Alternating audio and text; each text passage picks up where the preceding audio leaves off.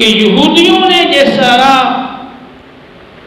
امر بالمعروف اور نہی عن المنکر کے فریضے کو ترک کر دیا، پس پشت ڈال دیا، آنکھوں سامنے برائی ہوتے ہوئے دیکھ کر انہوں نے روکنا چھوڑ دیا، اور مختلف قسم کی برائیاں اور نافرمانیاں کرنے والوں کے ساتھ تعلق کو جوڑا، کھانا پینا میل جول ان کے ساتھ رکھا۔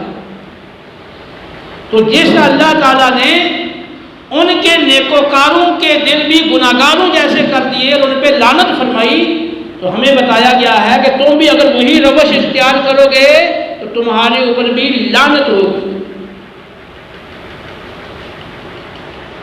اب اس حوالے سے ہمیں اپنا عمل کا جائزہ لینا ہے کہ کئی برائیاں تو وہ ہوں گی جو ہم خود ہی کر رہے ہوں گے، ہماری ذات کے اندر موجود ہوں گی، لیکن ہمیں اس کی کوئی پرواہ نہیں ہے کہ ہم ان کو اپنے آپ سے دور کریں، اپنے آپ کو بچائیں۔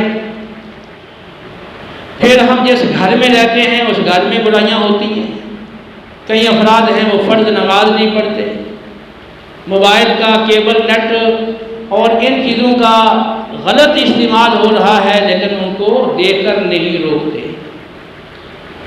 گھر کی خواتین، بہو، بیٹیاں، بہنیں بے پردہ بازاروں میں، تفریح گاہوں میں گھوم رہی ہیں، کالجوں میں، یونیورسٹیوں میں، ہاسپٹلز میں، آفس میں وہ بے پردہ پھر رہی ہیں، یا شادی بیاہوں کے مواقع پر، مختلف قسم کے جو فنکشن ہیں ان کے مواقع پر وہ پورا میک اپ کر کے بے پردہ وہ پھر رہی ہوتی ہیں۔ تو پردہ شریعت نے لازم قرار دیا ہے، تو اب ان کا یہ عمل بھی گناہ ہے، لیکن اس کو دیکھ کر نہیں روکتے۔ اس طرح ہمارے پڑوس میں، ہمارے بازار میں، ہماری سوسائٹی میں بہت سارے گناہ ہو رہے ہوتے ہیں، لیکن ہم نہیں روکتے۔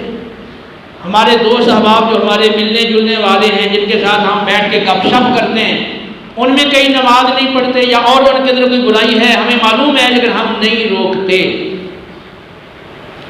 تو اب برائی دیکھ کر نہ روکنا اور پھر ان برائی کرنے والوں کے ساتھ میل جول بھی برقرار رکھنا، یہی وہ عمل اور روش ہے جن کی وجہ سے یہودیوں پہ اللہ تعالیٰ ناراض ہوا اور ان پہ غضبناک ہوا اور ان پہ لعنت فرمائی گئی۔ تو اب نبی کریم علیہ السلام نے فرمایا کہ اگر تم بھی اس روش پہ چلو گے تو پھر تمہارے اوپر بھی لعنت ہوگی اور تمہارے بھی نیکوکاروں کے دل جو ہے وہ گناہگاروں جیسے کر دیے جائیں گے، دل ایک جیسے ہو جائیں گے۔ تو جو برائی سے نہیں روکتا اور جو برائی کرنے والا ہے، دونوں کے دل ایک جیسے کر دیے جائیں گے۔ یہ بہت بڑی تنبیہ ہے، لیکن ہم اس سے بالکل غافل ہیں۔ جمعے میں جب اذان ہو گئی ہے جمعے والے دن، اب حکم کیا ہے کہ خرید و فروخت بند کر دو، ساری مصروفیات ختم کرو، فاسعوا الی ذکر اللہ، دوڑو اللہ کا ذکر آ کے سنو، وعظ و نصیحت سنو، خطبہ سنو۔ اب کتنوں کو معلوم ہے کہ ہمارے فلاں دوست، ہمارے فلاں عزیز، میرا فلاں بیٹا، فلاں میرا بھائی وہ نہیں آتا وقت پہ، تو ہم اس کو نہیں کہتے، ہماری زبان اس کے لیے نہیں ہلتی۔ تو بہت ساری برائیاں ہمارے سامنے ہوتی ہیں، ہم دیکھتے ہیں، لیکن ہم روکتے نہیں ہیں۔ تو اب نہ روکنا اور تعلق کو برقرار رکھنا، اس پر سخت وعید آئی ہے، کوئی معمولی وعید نہیں ہے، چھوٹی وعید نہیں ہے، بہت بڑی وعید ہے۔ تو ہمیں اپنی روش کو بدلنا ہوگا۔ اگر لعنت سے اور گناہگاروں جیسا دل ہونے سے بچنا ہے، اس وعید سے بچنا ہے، تو پھر اپنی کمی کوتاہی کو دور کرنا ہوگا، اپنی بھی اصلاح کرنی ہوگی اور دوسروں کی بھی اصلاح کرنی ہوگی۔ ابو داؤد، ترمذی اور ابن ماجہ میں روایت ہے اور ابن حبان نے صحیح سند سے اس کو نقل کیا۔ سیدنا ابو بکر صدیق رضی اللہ تعالیٰ عنہ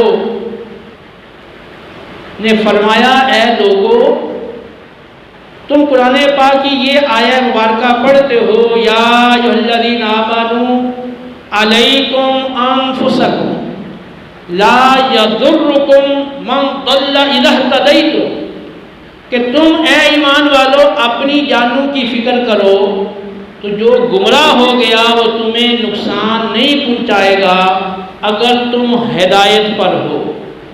جب تم ہدایت پر قائم ہو تو جو گمراہ شخص ہے وہ تمہیں کوئی نقصان نہیں پہنچا سکتا۔ فرمایا تم اس آیت کو پڑھ کے اس کا غلط معنی اور مفہوم لیتے ہو، اس کا یہ مطلب نہیں ہے کہ تم اپنی فکر کرو اور دوسروں کی نہ کرو۔ فرمایا میں نے رسول اللہ صلی اللہ علیہ وسلم کو فرماتے ہوئے سنا کہ جس قوم میں گناہ ہوتے ہوں اور وہ لوگ اس قوم والے دیکھ کر اس گناہ سے نہ روکیں باوجود قدرت کے، تو قریب ہے اللہ ان سب پر اپنا عذاب بھیجے۔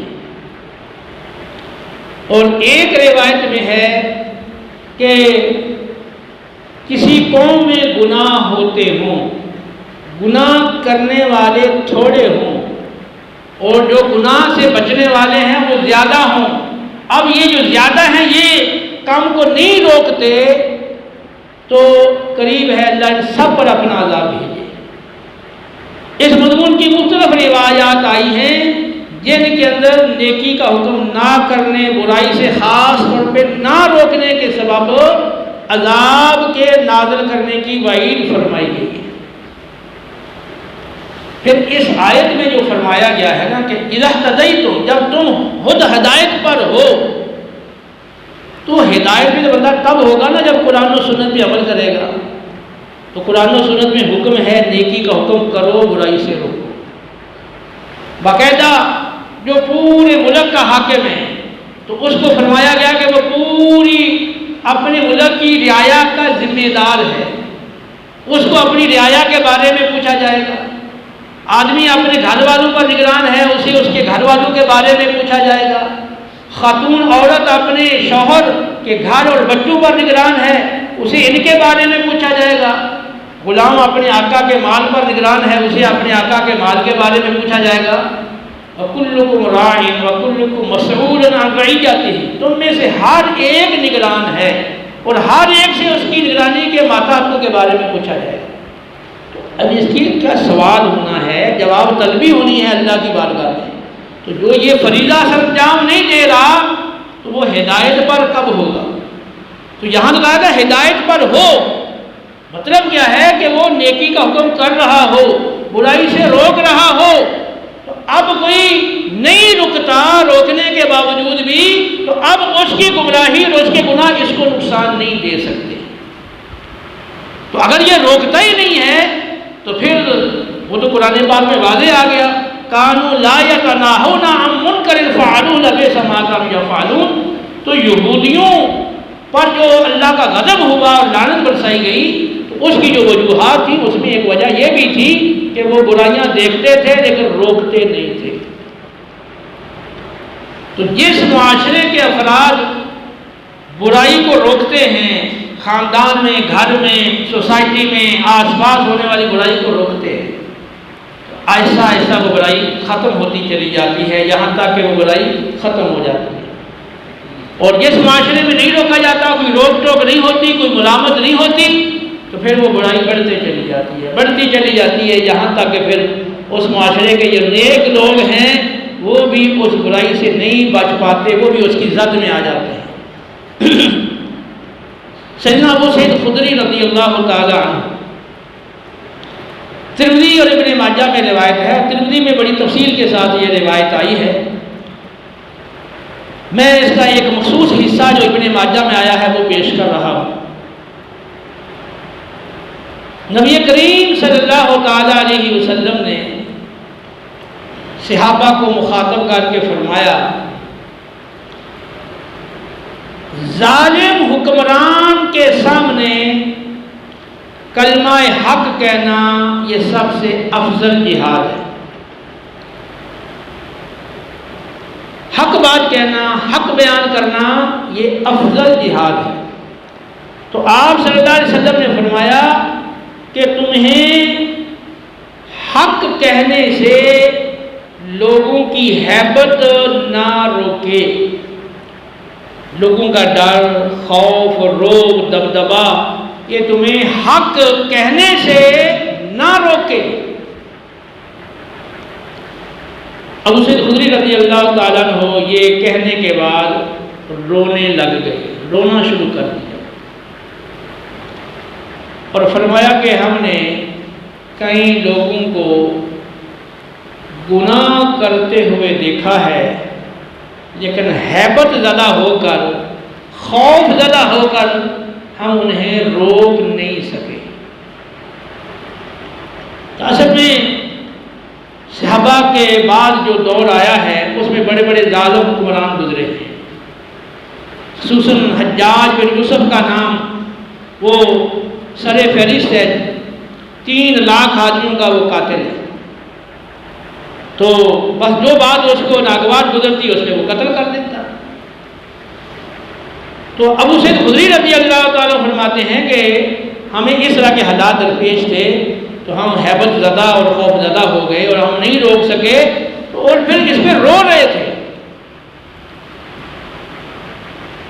اب اگر سامنے ظالم شخص ہے اور تمہیں معلوم ہے کہ میں اگر روکوں گا تو یہ رکے گا تو نہیں، لیکن مجھے جانی مالی نقصان پہنچائے گا،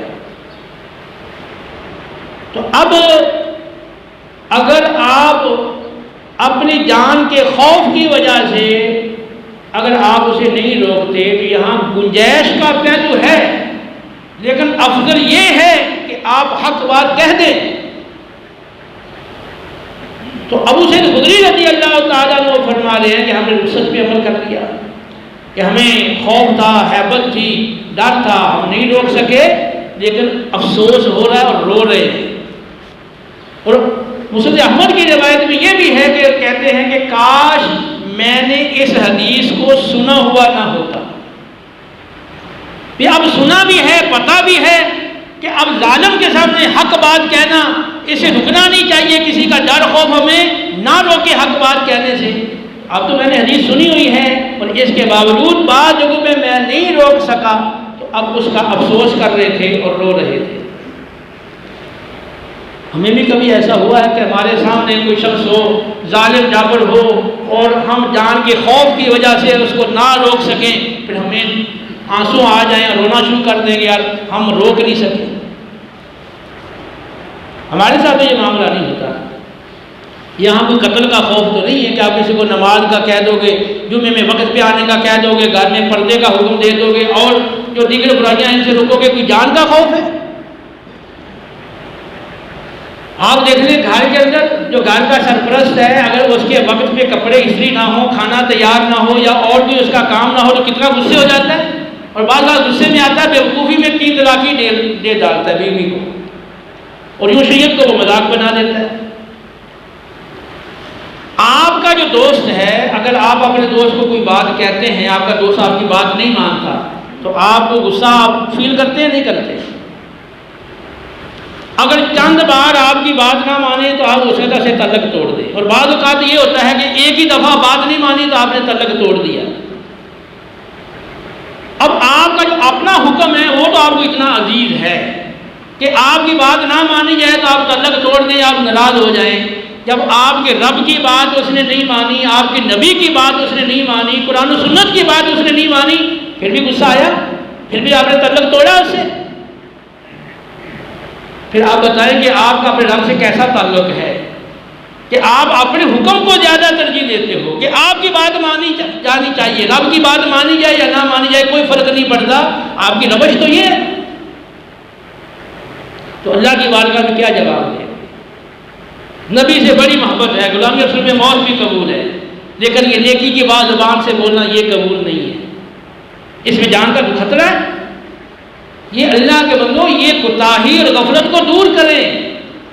جس طرح دیگر فرائض ہیں اسی طرح نیکی کا حکم کرنا، برائی سے روکنا بقدر قدرت یہ بھی فرض ہے۔ مسلم کی حدیث ہے، نبی کریم صلی اللہ علیہ وسلم نے فرمایا جو تم میں سے برائی کو دیکھے اپنی طاقت سے اس برائی کو مٹا دے۔ تو اب جتنی جس کے پاس طاقت ہے اور جہاں تک دائرہ اختیار ہے اس کی طاقت کا، وہ طاقت کے بل بوتے پر اس کا کما کرے اور جڑ سے اکھاڑ پھینکے اس برائی کو۔ اور جس کے پاس اتنی طاقت نہیں ہے، کوئی اختیار نہیں ہے، تو پھر فرمایا وہ زبان سے روکے، پھر زبان سے برائی کو روکے۔ اور اتنی بھی طاقت نہیں ہے کیونکہ سامنے والا کوئی ظالم جابر قسم کا آدمی ہے، کوئی شریر قسم کا آدمی ہے اور خطرہ ہے جان کو، اب زبان سے بھی نہیں روک سکتے تو پھر کم از کم دل میں اس کو برا سمجھیں، اور یہ ایمان کا سب سے کمزور درجہ ہے، اس سے نیچے مزید کوئی درجہ نہیں ہے۔ اب کیا ہم اتنے ایمان کے کمزور ہیں بھی ہم زبان سے بھی نہیں کہہ سکتے؟ ہمیں کون سے ایسے حالات درپیش ہیں، ایسے ملک میں رہ رہے ہوں جہاں ہندو بستے ہیں، جہاں کفار بستے ہیں، اور وہ ہم کوئی حق بات کہیں تو وہ ہمیں مارنے کے درپے ہو جائیں؟ یہاں ایسا تو نہیں ہوتا، ماشاءاللہ بہت سارے لوگ ہیں بھی جو نیکی کی بات کہتے ہیں۔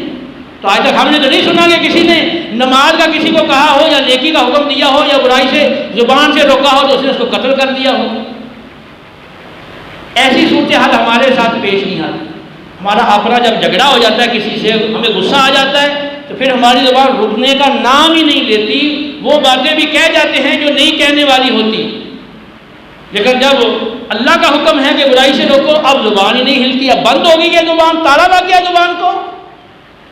یہ سوچنے کا مقام ہے، جس رب نے یہ زبان دی ہے، یہ سارے آلات یہ ہیں، اور اس کی رحمت سے تم چل پھر رہے، تم جو تندرستی دی ہے، لاکھوں نعمتیں دی ہے، اس کے حکم مان کے تم اپنی زبان سے رب کی اطاعت کی طرف کسی کو نہیں بلا سکتے یا اس کی نافرمانی سے نہیں روک سکتے۔